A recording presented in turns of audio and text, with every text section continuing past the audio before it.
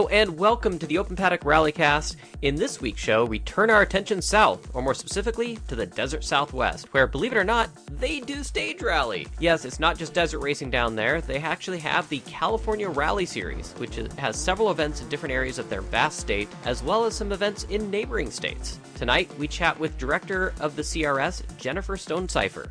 And we'll get some insight on what it's like rallying in the deserts of California and what's different about their championship compared to others. This is Open Paddock, the RallyCast.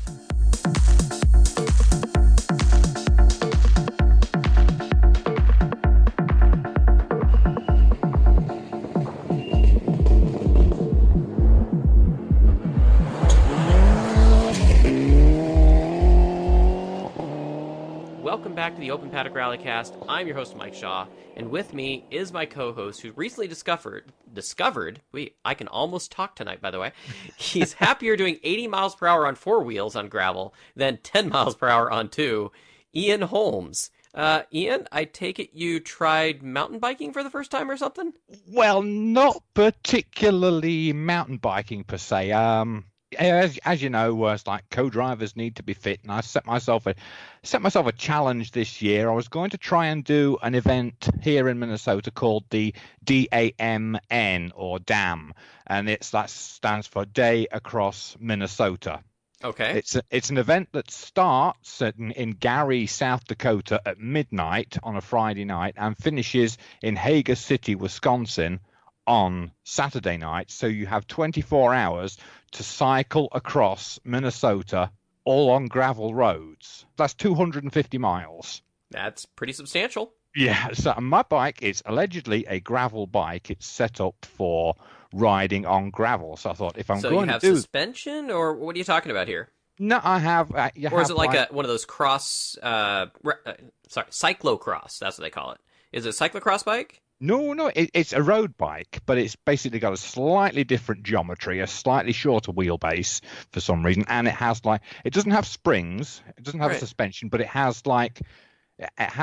dampening built into the seat post and the steering pillar.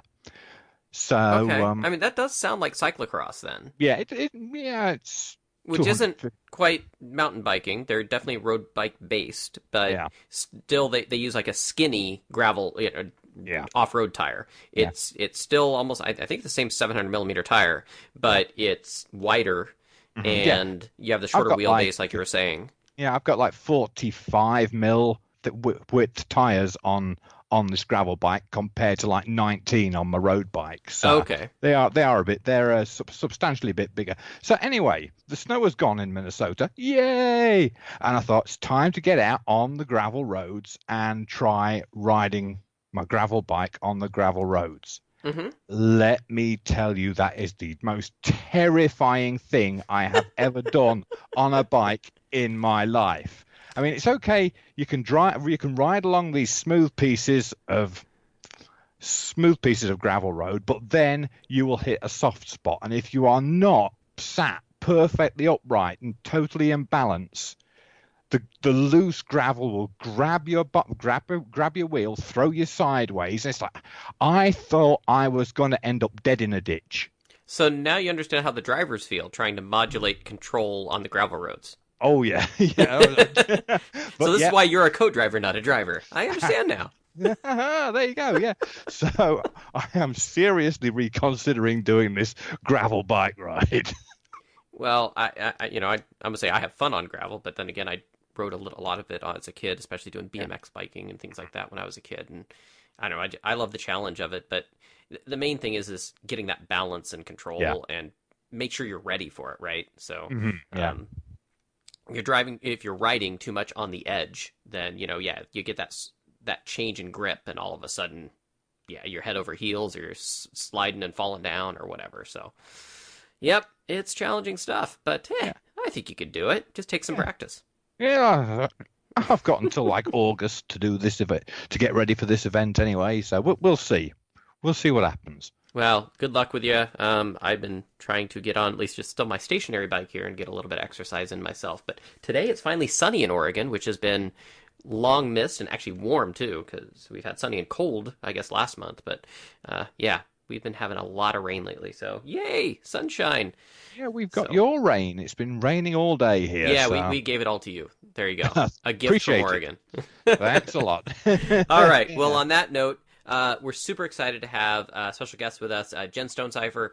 She's going to be on in just a minute to tell us about what it's like rallying in the warm deserts of the Southwest, where, it's good weather all the time, right? So it must be pretty cool. Anyways, we'll be right back. Jen, welcome to the Open Paddock RallyCast. How are you doing this evening? Wonderful, guys. Thank you so much for having me on and giving me the opportunity to talk about things that I love, in particular rally. And, of course, California Rally Series is the series close to my heart. So thank you so much. My first question is, what are you drinking? Oh, I'm going to have some the BV Coastal Estate Chardonnay, which is a lot of people kind of don't think it's a very fine wine or whatever, but I think it's definitely the right thing for rallyists because it's a very budget-minded wine, and it's great. I love it. That's great. I need to save my money for racing, so I'm not going to spend it on the wine, but it's good. It's good wine, I think. That's awesome. Actually, I might have to keep that part in because that's a brilliant answer.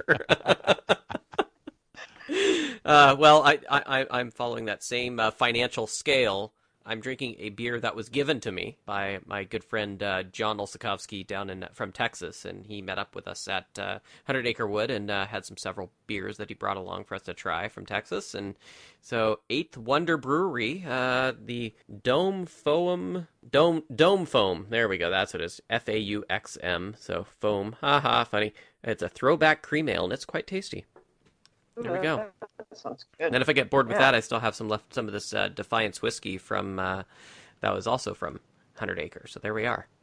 Again, all free. So that's a very good price for a rallyist. Hey, you need all the money you can get for car parts and oil and all that other stuff. It's sure getting expensive. There we go. A lot of us in the northern latitudes are used to rally being such a big thing up here. We think of, racing down in the Southwest is mostly the desert trucks and things like that, King of the Hammers, all that stuff. But you actually have quite the avid rally community down there, don't you?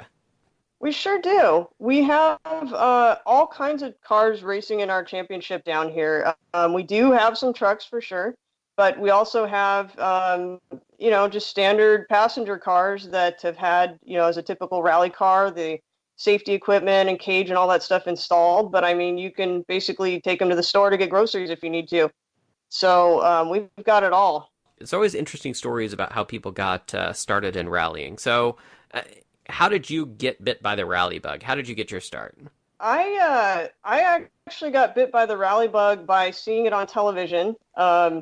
I was already kind of interested in racing. I had done some autocrossing and track events prior to that, and so I was already bit by the racing bug before.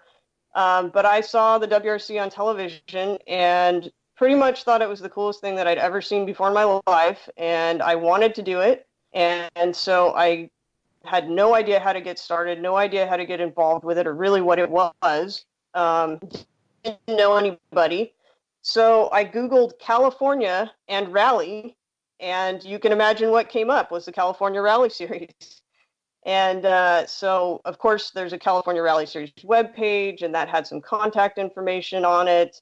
So I first went to the California Rally Series school that we still run, and kind of met some people, went through the school itself and learned some navigation, co-driving skills. And nobody at the time really knew me, so I really wanted to start co-driving and navigating, but there weren't really any open seats at that point in time. So I started volunteering at events. I went, to work time controls and help with whatever I could, and also had the opportunity to kind of walk through the pits and service areas and meet some of the competitors. And over time, as people got to know me, eventually somebody needed a co-driver and invited me to co-drive for them. And that ended up being a whole season ride the following year. And I knew at that point in time that I actually did want to drive and get my own car, but starting out by navigating allowed me to learn how it all worked, learn about the rally car. I really didn't have a background in any mechanical skills at that point in time, or any idea of how all this worked. And so right seating kind of allowed me to learn all of that stuff. And after my first season, I started at the end of one season, then ran a whole season navigating. And at the end of that, I purchased my first rally car and just started driving from that point on, and just really, really enjoyed it since. But I was bit by the rally bug long before that. So probably when I first saw it on television is when that initially really wanted to get going in it. And when you saw it on TV, where did you see it? So let's see. The first rally that I saw on television was either Catalunya or Corsica. I'm trying to remember which one it was, but it was, it was one of those two rallies. So it was a WRC event that was that back like with Speed Vision or something that was showing that, or is that? I'm trying to remember who did. I think it was Speed. I think it was, because that would have been that would have been 2003. So okay, yeah, that'd probably been Speed Vision then, before it was Speed, right? Exactly. And they showed all kinds of awesome content, and I didn't watch any of it because back then I had just bought a house and I was poor, and I got the cheapest cable I could get. But that was awesome back then, because if it was motorsports, it was on Speed Vision. It was really cool. It's funny that you mentioned the whole cable thing, and it is just sort of fortuitous because I didn't have cable either as a normal thing. I happened to be in training, and I was staying in a room that had cable, and it's the only reason that I happened to see the WRC. I would not have seen that's awesome. it on television. Oh my gosh. Yeah. So you find out about this thing, realize how crazy awesome it is, because you happen to be staying in a place that happened to have cable and just happened to run across it, and then you search it. That is killer. I love that. It's kind of a unique story. There's a lot of different ways that I've heard of people getting into rally. A lot of people have actually seen it in real life, or now there's a lot more social media, which is great. In my case, there wasn't any of that at that time, and so it is sort of unique that and also that there was a rally series here in California that was near to me. I think that would have been a lot harder if I had Googled California and rally and nothing had come up. Right. Luckily, one of the reasons I love California Rally Series is because it was here to kind of help me get started. Well, let's talk about some of the, notable events in the history of CRS, because, you're the acting director of this, and I'm sure you know a little bit of the history since you've been around for a little while and working these different time controls. Give us an idea of some of these different events that have been pretty cool over the years. Oh, yeah. We have a lot of, as you said, kind of famous events. Rim of the World was started back in 1984 and ran for 24 years up in the Angeles Forest. La Renata, of course, and then east of Indio. For a long time, we had the Ramada International Express Rally out of Laughlin. Those are events that are not currently being run any longer, but we also had some events, that were part of the beginning of CRS that we're still currently running in our series now. Desert Trails was actually started back in 1974, and wow. It goes way back when. It kind of took a break period in there, but it has since been revived, and we're still running that today in our series. Cliffs of Gorman was started in 1985 and kind of had a couple breaks in there, but it's been running continuously since 1990, and that's still to this day one of the events that we have in our series. And of course, Prescott Rally, which takes place in Prescott, Arizona, was also started in 1985 and has had a couple breaks in there, but has pretty much been running continuously all that time. So the events have changed, which exact roads we run, but we do have some legacy events that we're still running in our series now. I wanted to touch on Rim of the World for a second because, we've been having this thing, up here with our events with ARA with the whole coming of Solberg, I guess we could call it. Because if I remember correctly, Rim of the World Petter Solberg actually was at that event at some point in the past. I think it was 2003 or 2004. I believe it's 2002 is the year that he actually came to Rim of the World. That is before my time, but he was a part of it then. So yes, I mean, definitely the Mr. Hollywood himself was here. So when we say world famous, it really was. That's killer. That is so neat. One thing that, we love about rallying is, the different places we go, the roads are different, the surfaces are different, the environment looks different. Can you give us a description of the events that are on the calendar today and how they differentiate from each other? Are some of them more on kind of flat lands where you gotta, it's really flat out and, with tricky hairpins, or they're, some still climb up mountain ridges? Give us some idea of what the different events are like. We've got it all.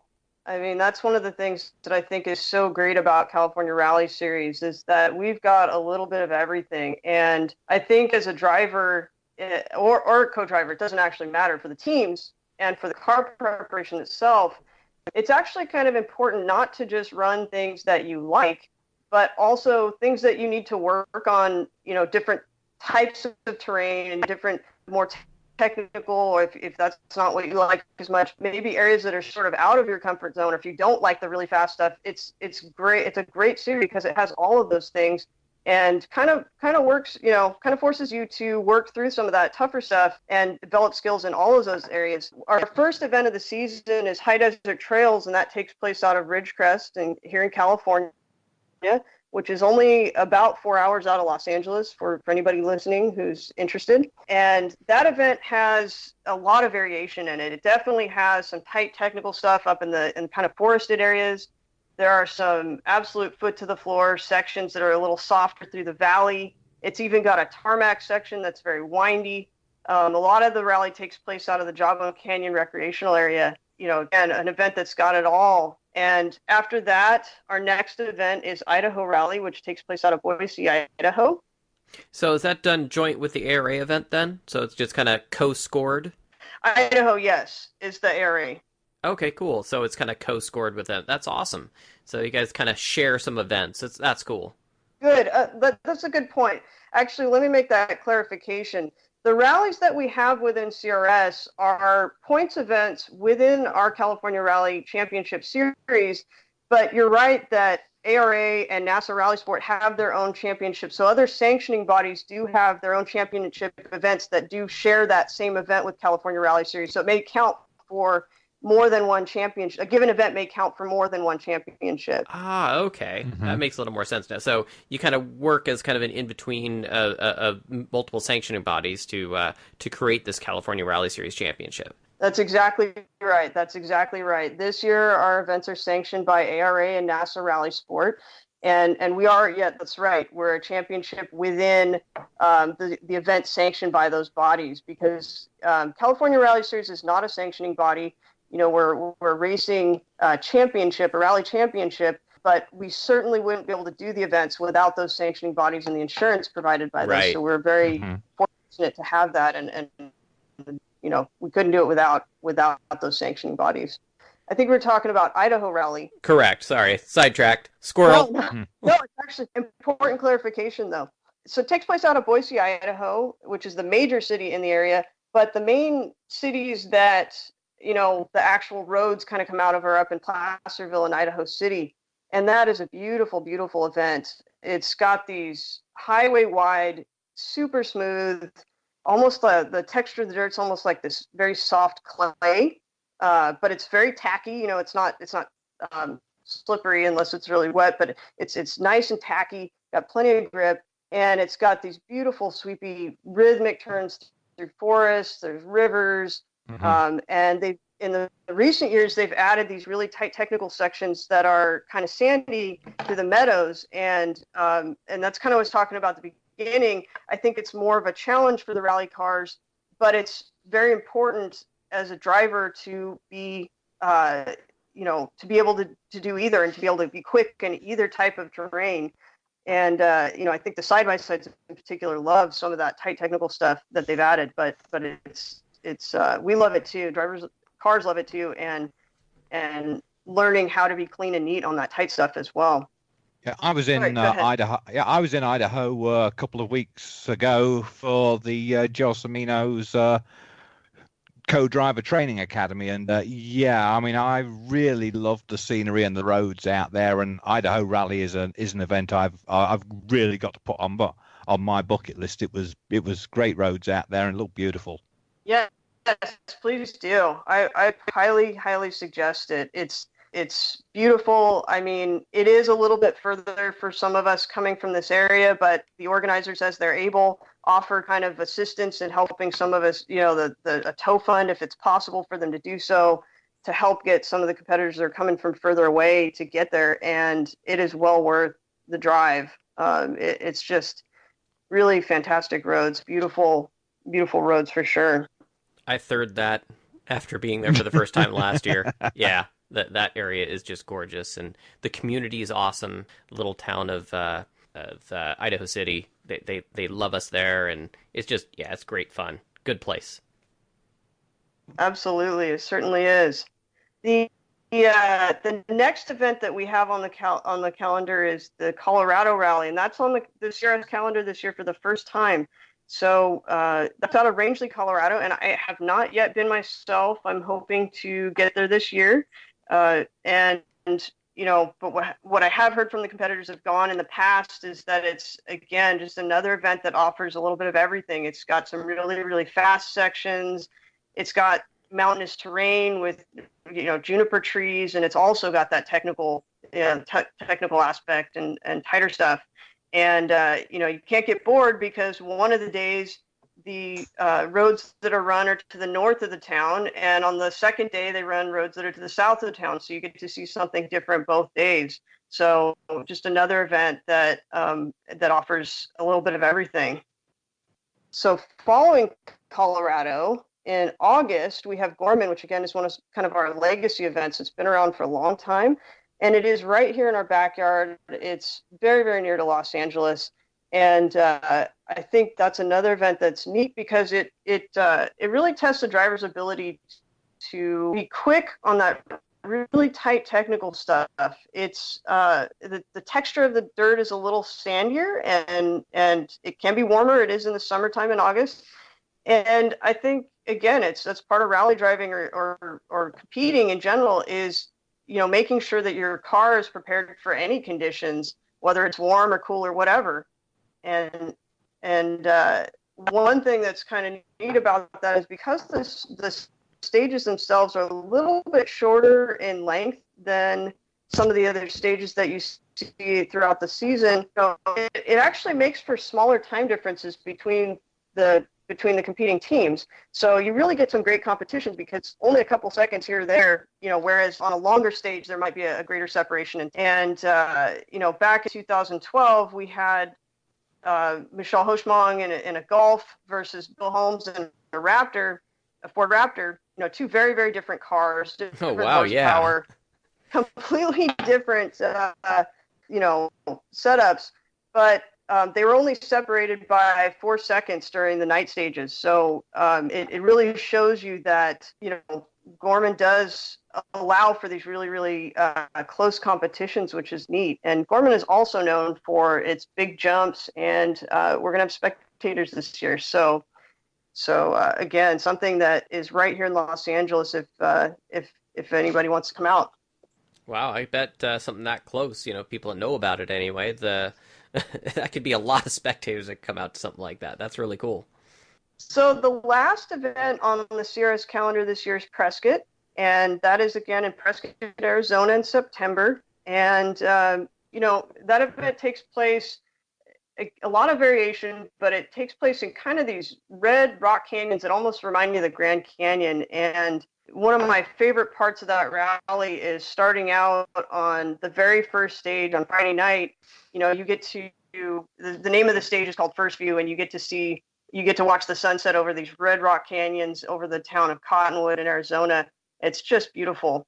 And you start out in these tight, technical sections through the canyon, and then you have fast sections that over the plateaus down there. And the event also has, kind of rhythmic, sweepy portions to it. With the dirt there is also kind of different.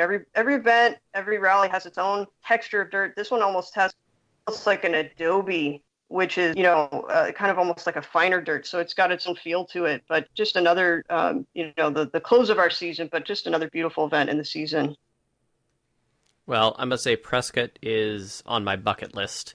I have family out of Mesa, Arizona, and it's just always been like, wow, Prescott. And then there's that iconic image that I've seen so many times of there's this cut through this narrow canyon spot where the cars go through, and I've seen so many photos of different cars going through this one narrow section that it's just one of the most coolest looking place for cars to go through. It's like they split the rocks for the cars to go through for the road. It's just brilliant.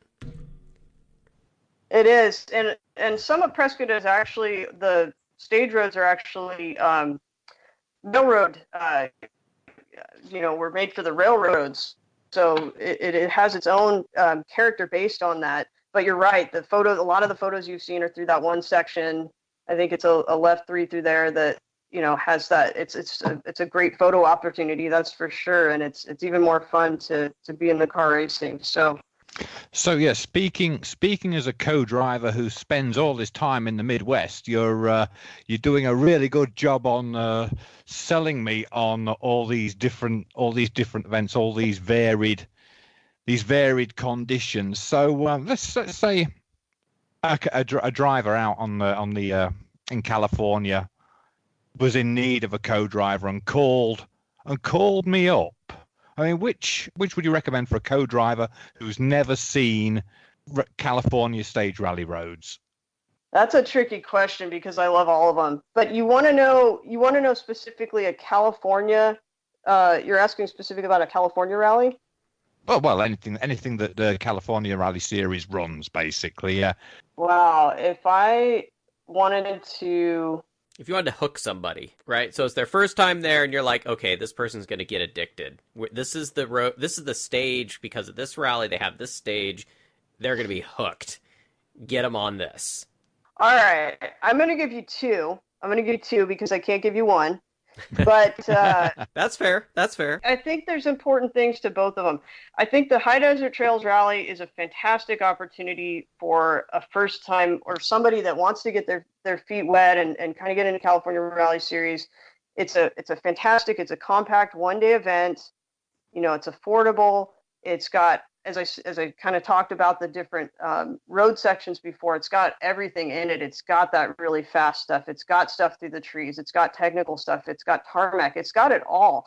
And it's all in one day, which, for those of us who, have those real constraints, work and home life and everything else, it's a really easy way to get away for the day and just enjoy yourself on beautiful roads that are so close to home. And I wanted to mention just real quickly as well that there's also a rallycross on Sunday, the day after the rallies. So there's a little bit of something for everybody. But for me, it's really hard to limit it to one event. So if I were going to come up with two instead of just one, I'd also have to recommend the Idaho Rally. Just again, those really super wide, super smooth stages with now the technical stuff through the meadows. And very, very scenic rally. And you had mentioned as well the people that just love the rally and love it coming through there. It's just a great opportunity for somebody wanting to try a 2-day rally instead.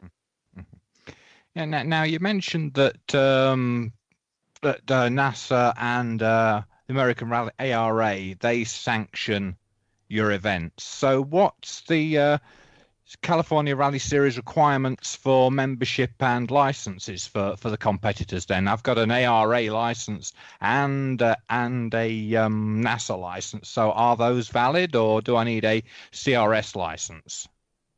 You would just need a CRS membership. So it's not an actual license, but you would just need a membership, and you would just have to purchase that, which can be done at the events. You just have to purchase that before you actually run an event, a CRS points event. You can't get the points and then try and get it after the fact. So the only real requirement there is that you must purchase it before you actually start the event. But it's very affordable. You know, it's not an actual license, so the price is very affordable and very easy to do. I know some of the licenses, there's a little bit more involved with actually getting the license because it is in fact a license versus a membership. But your only requirement in terms of participation is to just be a CRS member. And that sounds very much like we used to have up here the Cascadia Intercontinental Rally Championship, or whatever we called it.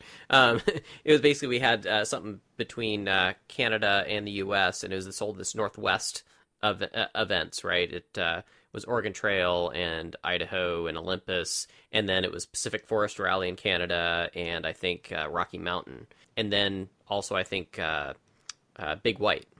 They all combined those for a separate little sub-championship. That was the Cascadia Cup. Cascadia International Rally Cup. That's what it was. And same concept. You know, you're paying a small fee to be part of the separate little championship, a sub-championship within those championships, from those other sanctioning bodies, but allows you to race against your friends that you know are all going to be racing in the same region, and kind of have your own little kind of event, or own little championship separate from these, people that are able to travel, all the way to the East Coast and back and all that stuff. So it's a really cool concept. Right, it is. The events, some of them are a little bit further away, but they are, region-wise, they're easy to get to, as you said, in terms of versus going all the way across the United States to get somewhere.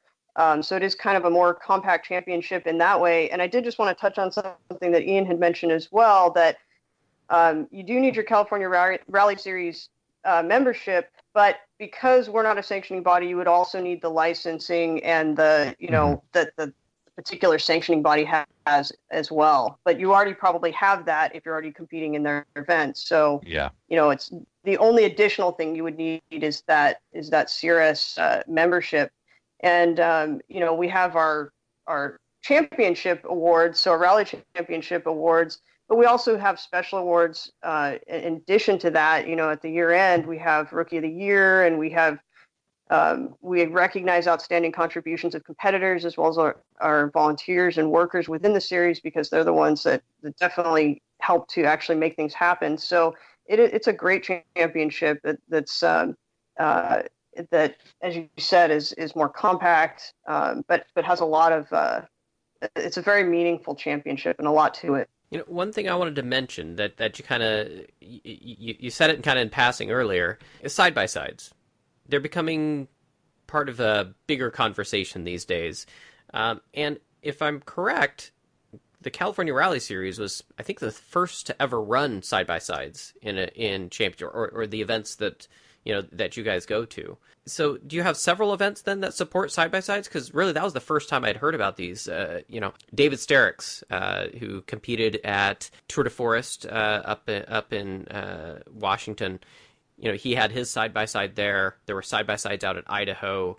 And I know David's definitely a person from that area and has raced Gorman and some of those events in your series. So it seems like these things are growing in popularity, and just wanted to know about how you guys handle those. And it sounds like it's a growing thing. Absolutely, you're right. The side-by-sides are something that's growing in popularity, and we do have our stage rally championship, as we've been talking about, but we also have a side-by-side championship that it's its own, portion of the California Rally Series side-by-side championship. And our series can have a side-by-side championship anytime that we have 3 or more events that are going to run the side-by-sides. And so we do have 3 events on the calendar this year that are running the side-by-side. So we do have our side-by-side championship. Idaho is the first event of the season that is to kick off the side-by-side championship. Colorado is also running them, and Gorman will also be running them. In California Rally Series, we have 2 classes. We have a normally aspirated and turbo. And, we would certainly like to have side-by-sides in more events, but the difficulty there is that anything that competes in a rally generally speaking, it has to be able to be driven on the street for the transit section. So unless somehow the rally could be completely held on the roads that didn't involve any transit sections on the counties or the highways, it does have to be able to be driven on the street and has to be, compliant with street requirements. And so that is definitely one of the challenges that we are working with there. And so Gorman is the event in California that we are able to have the side-by-sides at, because they're primarily staying in an OHV park. And in that rally, they're able to compete and, of course, be extremely competitive. But, in terms of the transits, they can drive across some of the roads or cross the roads, but they still have to be escorted. So there's a way to do that, but logistically, it's pretty difficult. But you had mentioned David Sterks before, and the fact that, yes, these are extremely competitive. He actually won Gorman overall last year, so in a side-by-side. And I was kind of looking back that at Frazier Mountain Rally in 2017, of course, Stefan Verdier won overall in a side-by-side. And in fact, the top 4 overall finishers in that rally were side-by-sides. Oh, geez. You have Verdier that comes and competes too? Wow, you do have some big names. Yes, we do. But they're definitely very, very fast, very, very capable. I was talking to a competitor who actually has run in one of these that they have tons of suspension travel, great power to weight ratio, a lot of ground clearance, and they're a lot of fun to run. So again, that's the reason that they're growing in popularity, and we're really happy to include them in our series this year. So I got to ask, with all these events that you're trying to help organize a bit, and being director of this California Rally Series, do you still compete yourself? Absolutely. Competing is really what got me into the sport. I chose to be the director because I wanted to help more for, to continue and step up. As I mentioned, I've actually been around for a while, and I didn't quite realize that I'd been around for a while. I always still feel like a new kid at some point, but I realized I was one of the ones. I was at the point that I needed to step in and start helping and contributing, and that's why I chose to be the director. But absolutely, I'm going to be competing this season, and will continue to compete for as long as I'm able to, in my life. And so my first event is going to be High Desert Trails, certainly May 4th in Ridgecrest.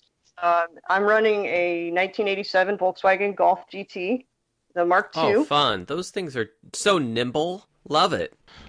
Fantastic car. Love it, love it, love it. It's the handling on it is great. I mean, I kind of did a few things to make it my own in terms of suspension setup, but the car just handles really, really well. It's a fantastic platform to run. And one of the things this is actually my second car that I really enjoy about running this car is that there are several other people in California Rally Series that also happen to be really good friends of mine that are also running Volkswagen Golfs. And it is just such a nice thing. And it speaks to the kind of people that are in California Rally Series, and I think rally in general across the country. But we just have a great network of people that are always willing to help. Our competitors are extremely competitive and, neck and neck competition. But outside of that, off the stages, everyone is willing to do anything and everything to help get to a rally or finish a rally or whatever. On the stages, we want to beat each other for sure. There's no question about that.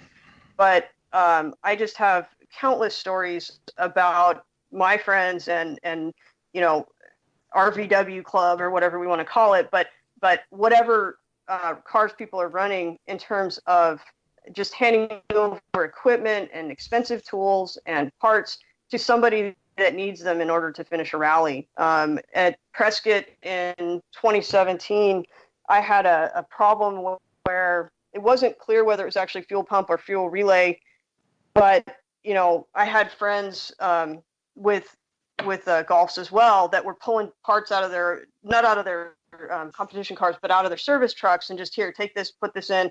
Mm-hmm. And these parts are, at a minimum, several $100s a piece, but there's no question about that. They're just readily willing to hand these things over to help us continue to compete and stay in the game. And I think that's really unique.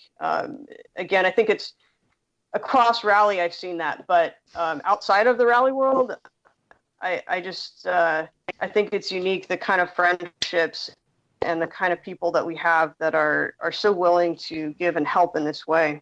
How many times have I said it? It's the competition, but the camaraderie as well that makes this sport so great. Yeah, that's it. I think we've all experienced that at any level. Yeah, it's great. Now I'm going to confess something here. I just went quiet for the last 2 or 3 minutes because I was Googling. I have family that live in Paso Robles, California. And I was just checking how far Gorman and High Desert Trail rallies were from Paso Robles. So I'm like a 2-hour drive for Gorman from Paso Robles. It's a 2-hour drive from where I live now to Namadgi Trail Winter Rally. And it's about a 3-hour drive to High Desert Trails from Paso Robles. And it's a 3-hour drive from my house to Detroit Lakes for Namadgi. For Ojibwe. So I mean, if I went to visit some of my family out in California, I could juggle it so that I'm there while one of the rallies is on. So if anybody needs a co-driver, see, so this is the way my brain works now. Yeah, I'm really looking forward to seeing you on the entry list. Let us know that you're coming. And you'll be part of our family as well. I know you've got your own family, you said, but we will welcome you in just as well. We'll be very happy to have you, and especially somebody that's coming from so far. You know, we'll definitely help you find your way and whatever you need to do to get out here and come compete with us. We'd love to have you. Mm-hmm. Well, yeah. So my calendar is full this year, but maybe I should think about it next year. There you go. Please do. I must say, it sounds like all the awesome VW parts must be in California then, because I know that's where one of the challenges with those Golfs is finding the parts for them. So that's awesome that you guys have a group that runs those together. That is really killer. To kind of close things out, how do fans follow the California Rally Series and those events? So I thought you'd never ask. Right? I would love to put in a plug for people to volunteer. Anybody who's listening, remember at the beginning of the podcast, you asked me how I got my start, and volunteering is free. It doesn't require any experience. In my case, I didn't know anybody. I had no friends that did rally or knew anything about it out here.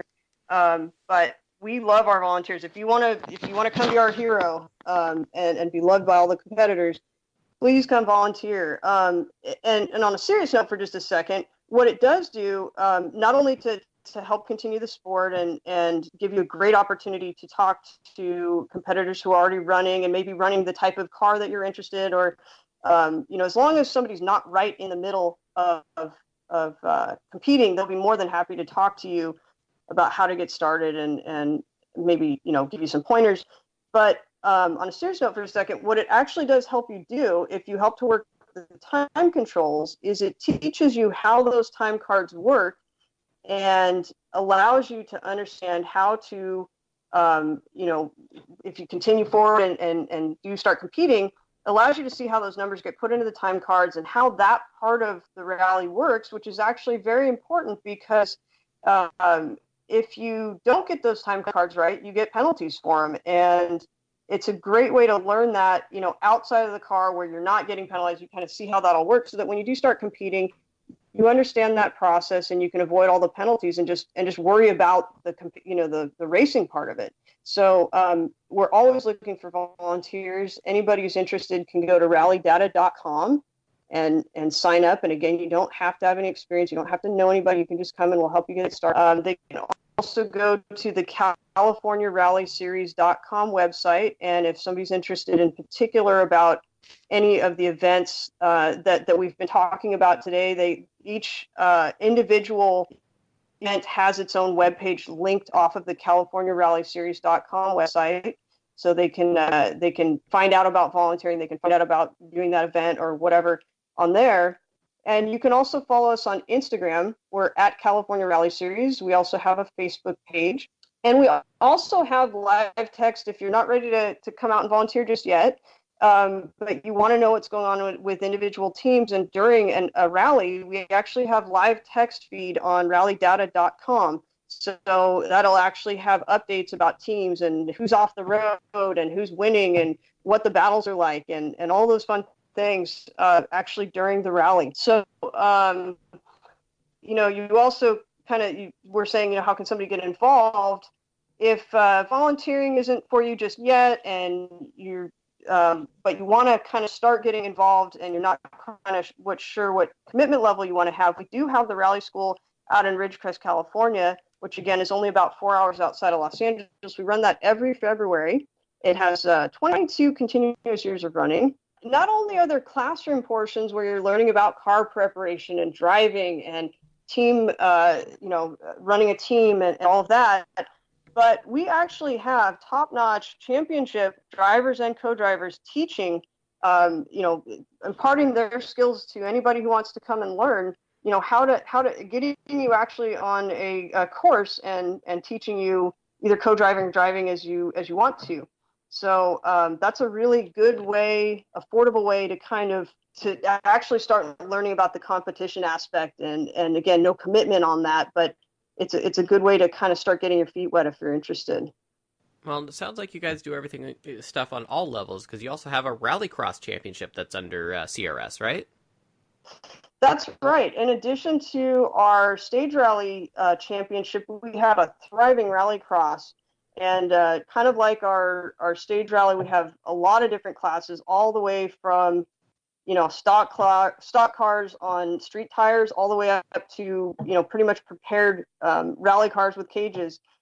And there are events all up and down Northern and Southern California. So depending on your location, you can very easily get to one. And there's almost 2 rally crosses each month. I was kind of looking at the calendar. It's roughly the way it shakes out. So that's another way that people can get involved or come and spectate or come and talk to people and find out about the cars. And those may be perhaps easier to get to, or depending on your location in California. So certainly look us up on the for Rallycross as well, and you can find the link for that off of our CaliforniaRallySeries.com website as well.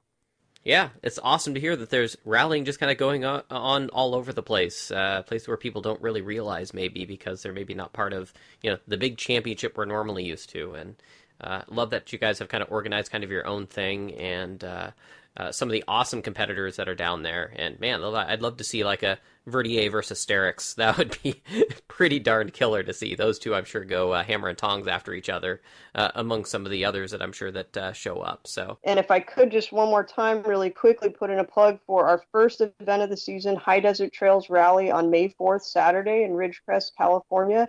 And there is a park expose on the Friday night before the rally, that people can come and see the rally cars. So again, go to the CaliforniaRallySeries.com website and look up High Desert Trails Rally, and you can find out about that event and also the rally cross the following day, also in Ridgecrest.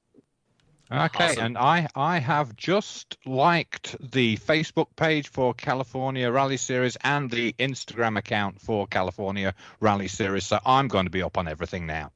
Well, thanks again, Jen. You guys have a great series down there, and I look forward to hearing more exciting stuff coming down the pipe.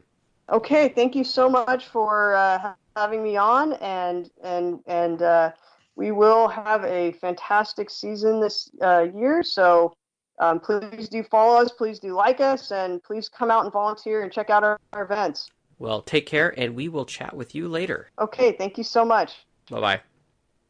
And we'd like to thank again having Jen Stonecipher on the show to talk about the California Rally Series. We have a little bit more time tonight to talk about some other rally news. And Ian, you posted up some pretty interesting things. I noticed the top of your list was some of the April Fool's funny stuff that was going on. And I have to admit, Jordan Trevor, who's been doing some of the social media stuff with us with Oregon Trail, she came up with a pretty damn good one, didn't she? Yep, got me. Got me. But this was actually the funniest of the April Fool gags that I motoring related April Fool gags that I saw was their Tesla Tesla was going to compete in the Oregon Trail Rally. I mean, you know me. I mean, I'm big into electric cars, and well, you and I can argue about it all day. But Discuss. I wouldn't call it argue. We discuss. we Debate have a different even. we have differences of opinion on that, but that was an epically funny April Fools that I enjoyed, and I thought we should really give the guys at Oregon Trail a shout out for that one, because that one was actually quite good. Well, guys and gals, Jordan. She's the one that came up with that idea. It is brilliant. I was talking to her at an Oregon Trail Rally meeting just last night, and she said that some of her family was like convinced it was real, and she like had to tell them, no, I did this. I know it's fake. It was hilarious. But if Elon Musk is listening in, if you need a co-driver for a Tesla, you know where to come. Right. Well, the idea, of course, was talking about the autopilot kind of thing. Yeah. And what was really funny is if you zoomed in on it and you saw the in-dash display in the car. Our photog guy, Chris Daly, did such a great editing job. He actually put in there woof for this mode or whatever. There's like different like bark for this mode or that. I'd have to look at it again. But anyways, he did such great detail. And I think it was a map of Portland National Raceway, which is one of the the stages that we do. Yep. And he had that up, all actually integrated in there on the little Tesla there on the inside shot. So brilliant stuff. It was a good gag, and oh my gosh, the reach that we got. It's funny when Facebook tries to say, "Would you like to boost your post?" Like, are you kidding me? Everybody's sharing this. Why the hell do I need to boost it? Come on. Jeez, money grubbing Facebook. But yeah, that was hilarious. That was great. So kudos to everybody at Oregon Trail for that one. So super. Yeah. So shall we talk about a bit about proper rally stuff? Oh, I guess a little bit, sure. Yeah, I mean, this is a rally podcast. Well, that's very, very true. So it's like the thing this last weekend, I believe, was Otago Rally in New Zealand, and we had friends of the show out there, didn't we? We had Rhiannon and Alex Gelsomino who were competing. Rhiannon was with her brother Brendo in an AP4 Fiesta, and Alex was there in a Mark II Escort, wasn't he? And that yes, he was. And Rally Otago for the classics. It seemed like the Mark II Escort was the vehicle to be in. I think the first 7 cars in the classic division were all Mark II Escorts, and Alex, who was Alex co-driving for? The name eludes me right now. I'm scanning through the Phil Thomas and Alex in their Ford Escort Mark II. They were second in Class C, so good for them. And of course, we all know who won Class C. Mm-hmm. Yeah, we can talk about good old Mads Osberg. Yeah, I mean, he might not have a WRC gig right now, but boy, he's still put him behind the wheel just about anything, and he's going to be pretty quick. Oh yeah, class will out always. Yeah. So, did you see there was a hilariously funny video that appeared on Facebook? One of the prizes for winning the classic was you won your weight in a local beer. I'm liking this. This is great, especially since I need to lose a few, so that means I get more beer. But that also works against me because then I'd have more to still lose because of all the beer. Yeah, and this was Mads' problem, because Mads is not a big chap, so he was there on the balance, and they were piling up the beer and to balance his weight off, and he was like filling his pockets full of cutlery and holding crates of beer to give himself more weight so that he would win more beer. That's brilliant. I love it.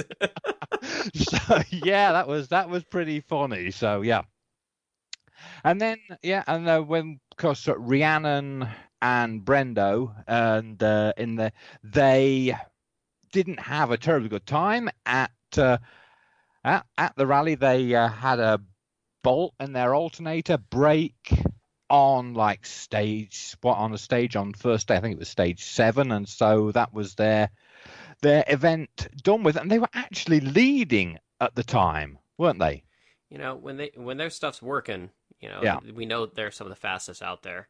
So, Mechanical stuff, you just can't plan for it. yeah, It's hard to know what's going to break.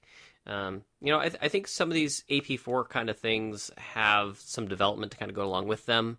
They're trying to use as many off-the-shelf parts as possible, and there's little things that break sometimes, and maybe need a little bit of strengthening. Yeah, but we feel sorry for Brendo and Rhiannon, but when the car was running, they were on the pace and doing really well and giving the eventual winner a run for his money, and the eventual winner, of course, being Hayden Paddon and John Kennard in their Hyundai i20, the AP4. So and they class outs again, and they won by like over 7 minutes. So yeah, class out with class wins. But good for them. So Hayden keeping his eye in while he's out of the WRC. So it looks like it was a good event for everybody all around. Well, and it's also been neat to see that there's been this some of the sharing of the love, I think, of this Hyundai relationship with those down in the Southern Hemisphere, because it looks like there's now a deal where Brendo is driving Hyundais with with some of the backing of, and I don't know if Hyundai Australia, Hyundai New Zealand. I wonder if there's like a regional group there that is big into rally stuff, which is really cool because obviously we have Hyundai as a rally team in WRC. But I saw a clip from the Formula One race that was in Australia, and Brendo was driving a Hyundai car. I think it was just their street car, but they had to leave they had a certain amount of head start, and then an older F1 car started later behind them, and they had to see who would catch up in time, and Brendo won one of those, being faster than some of the other cars that started at these different intervals, and he's just such a quick guy. And then competing in, I believe he's doing a Targa event. Yeah, they're doing right? Targa Tasmania.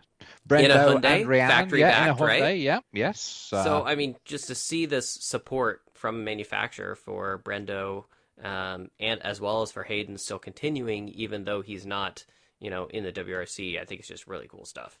Yeah.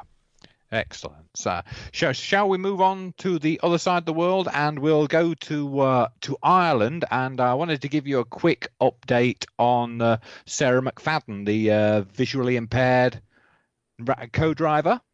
Sure. How's she been doing? Well, I was in contact with Sarah and her personal secretary this morning.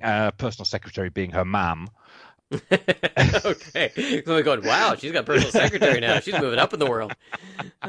So yeah, I was trying to keep up with everything. As you know, Sarah is the visually impaired navigator. She has been, aside from being nominated for like so many awards for her visually impaired co-driving, she yesterday won an Irish Sport Industry Award. She got a special recognition from the Irish sport industry, and a few days before that, she won some other Mayo Association in Dublin Young Person of the Year, and just last week, Irish Television were with her. She's it's the National Garda Youth Awards, so this is a national thing being covered on national television in Ireland.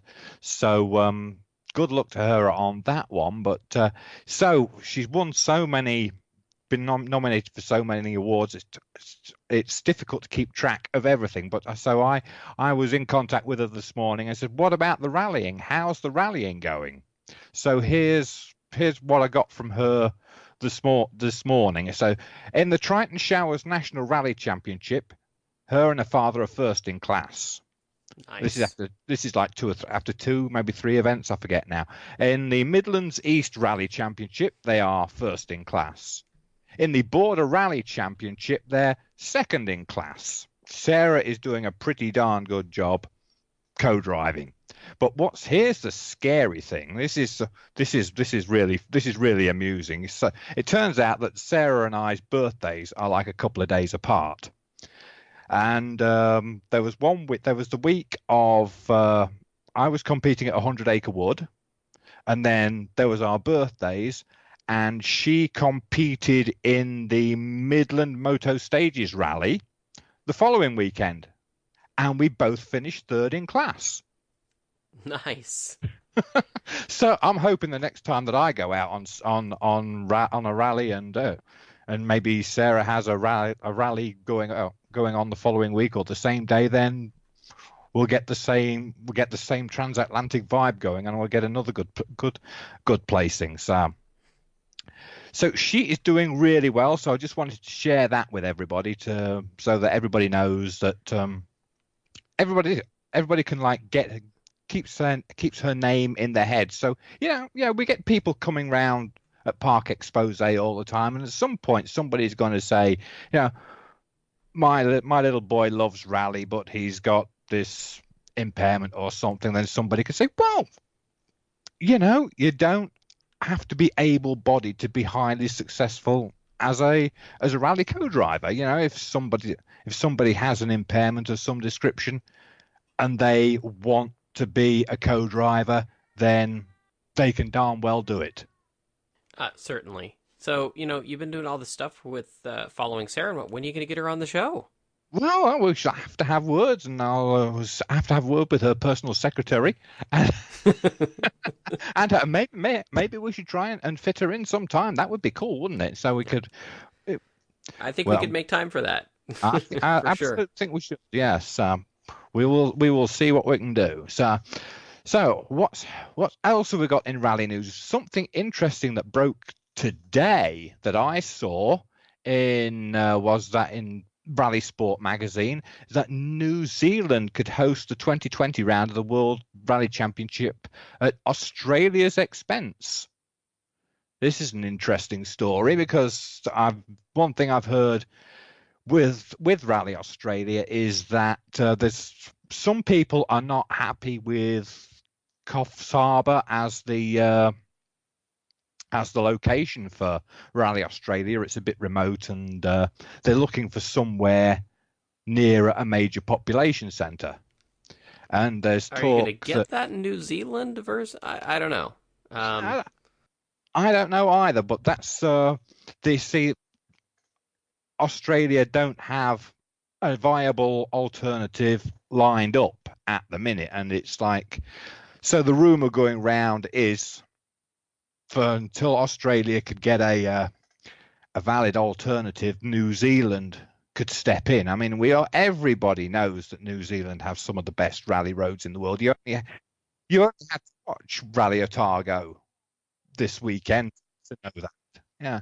As they pronounce it, I think Whangarei or whatever. That rally is, those stages out there are the ones that they've used for the WRC in the past, and yeah, they're just mega. I mean, it's the ones that drivers said the cars dance through the stages because the way they are cambered and the crests, and it just they define fast and flowing.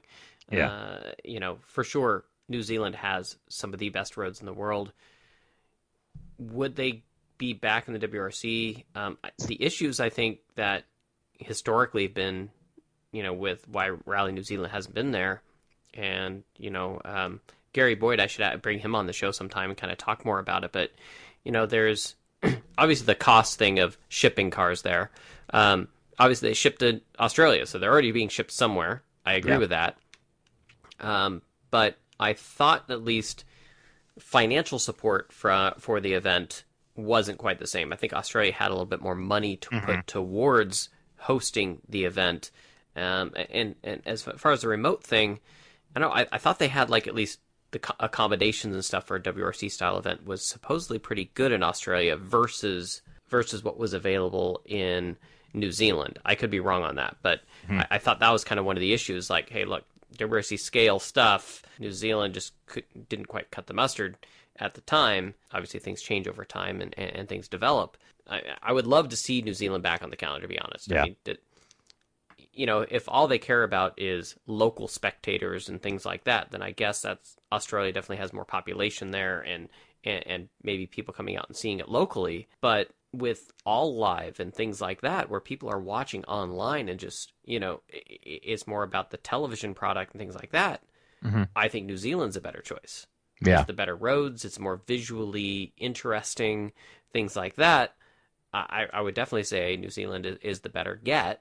It depends on what their focus is. Is their focus on, supporting more the attractions for people to come there and how many people will go to it? Or is it more about what can we get as a spectacle for TV and things like that? I think that's kind of more of the differences from where I kind of see it. But maybe I'm wrong on that. But I would definitely love to see New Zealand come back. But I think the teams were... They didn't feel like they got the return on the investment in going to New Zealand versus Australia.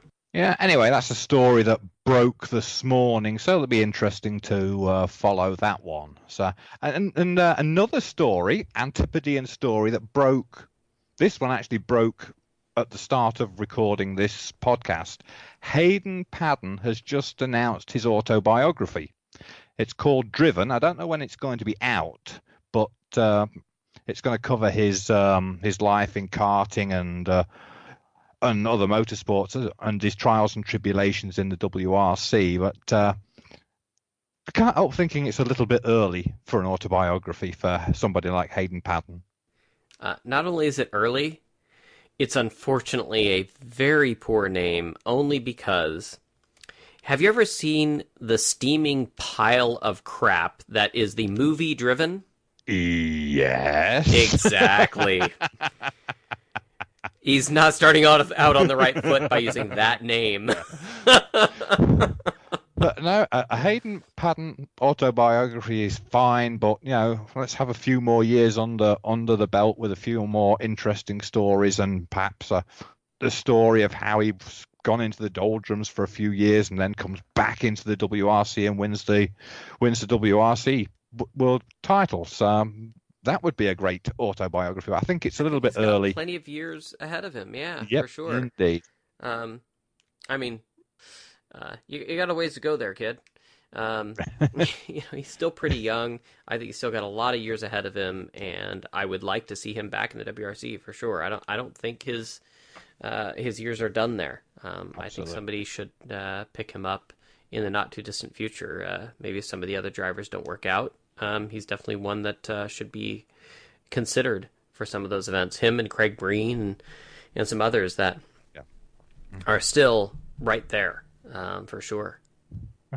Yep. So we've been around the world with rally news now, so let's come home to America. Today, a date was announced for Headwaters Regional Rally in Minnesota here. Whoa, oh, at last. Yay, I've been waiting for this one all year. Headwaters Regional Rally will be on June the 1st here in Minnesota, and there's a change of location. It's going to be on the Nemadji. It's going to be in the Nemadji State Forest, which is the same roads that are used for the Nemadji Trail Winter Rally. So these roads that are usually covered in snow and ice are going to be bone dry and fast, and it is going to be epic. Are any of those the roads from Ojibwe, or are they separate? No, this is a totally different part. Cool. Totally different part of the state. So this is the same roads as we use for the Nemadji Winter Rally, and these are fast roads. They are sweeping. Well, they're sweeping. They are smooth. They are fast, and it's going to be great. It really is. Really, really looking forward to that. If I can get a co-drive, because Scott the driver of the Three Triangles Rally Sport truck, has a prior engagement that day. So I am without a co-drive for that event. So I will be looking for a co-drive for that. And so I'm going to encourage everybody who's in the Midwest who is not going out to Oregon Trail. That's the same weekend. Same weekend. Anybody who's in the Midwest region who can't afford to go out to Oregon Trail, head to Headwaters, because it is going to be great. Head to Headwaters. There you go. That's the new slogan. There you go. That's it. I'm sure there's probably a marketing catchphrase in there, but I think it's going to be great. Yeah. Also upcoming is the Olympus Rally, just a couple weeks away. I just want to say that 60 entries. That's really good for that event. Oregon Trail and Olympus have kind of swapped, where Olympus is first and Oregon Trail is second. So, Oregon Trail's entry list doesn't look very big just yet. I think it's like at 35, 40 entries, something like that. I'm sure we'll see more happen, though, once people, finish Olympus not broken. And that's kind of thing that has happened the reverse direction. When Oregon Trail happens first, our entries were really high, and then right afterwards, Olympus would get a spike in entries later on, because of the fact that, competitors, once they realize they didn't have to fix a whole lot in their car, they're like, okay, now I'll enter the next event. So really cool to see such a huge entry list for Olympus. It is one of the quintessential events on the calendar. It is the Dirtfish Olympus Rally, and Oregon Trail coming after it. We also got the sponsorship from Dirtfish to be the title sponsor, meaning it is the Dirtfish Oregon Trail Rally this year. So I got a mouthful of things to say because it will be the Dirtfish Oregon Trail Rally presented by Wilsonville Subaru and Mountain Dew Kickstart. Oh, good grief. And if you want to do the full-length version, here it is. It is the American Rally Association National Rally Championship presented by Amsoil, Dirtfish Oregon Trail Rally presented by Wilsonville Subaru and Mountain Dew Kickstart. So it is that whole length of all these presented bys and other stuff. Are they paying you by the word? Right? Well, let me tell you, if they pay me a percentage over what I'm making now, it'll be a whole lot of nothing. So, oh man, but yeah, no, excited to see Olympus have such a great entry list. And on top of that, I was hearing from one of the folks that helped organize it, and they have like a plethora of volunteers as well, like 230 volunteers, which is normally they struggle a little bit for volunteers, but got a shit ton this year. So very excited that they have a good complement of folks that are going to help support that rally. So that's really, really cool. And then I was going to close with beer talk. One thing we do love talking about is adult beverages on this show. And with the Oregon Trail, we actually are going out on Thursday night. So I'm not sure when I'm going to get this edited and posted, but we are going to be going out what is tomorrow night, because today is the 17th, it'll be the 18th. And there's a Base Camp Brewing. They're a local brewery here in the greater Portland area, and they are creating the Force Majeure Lager.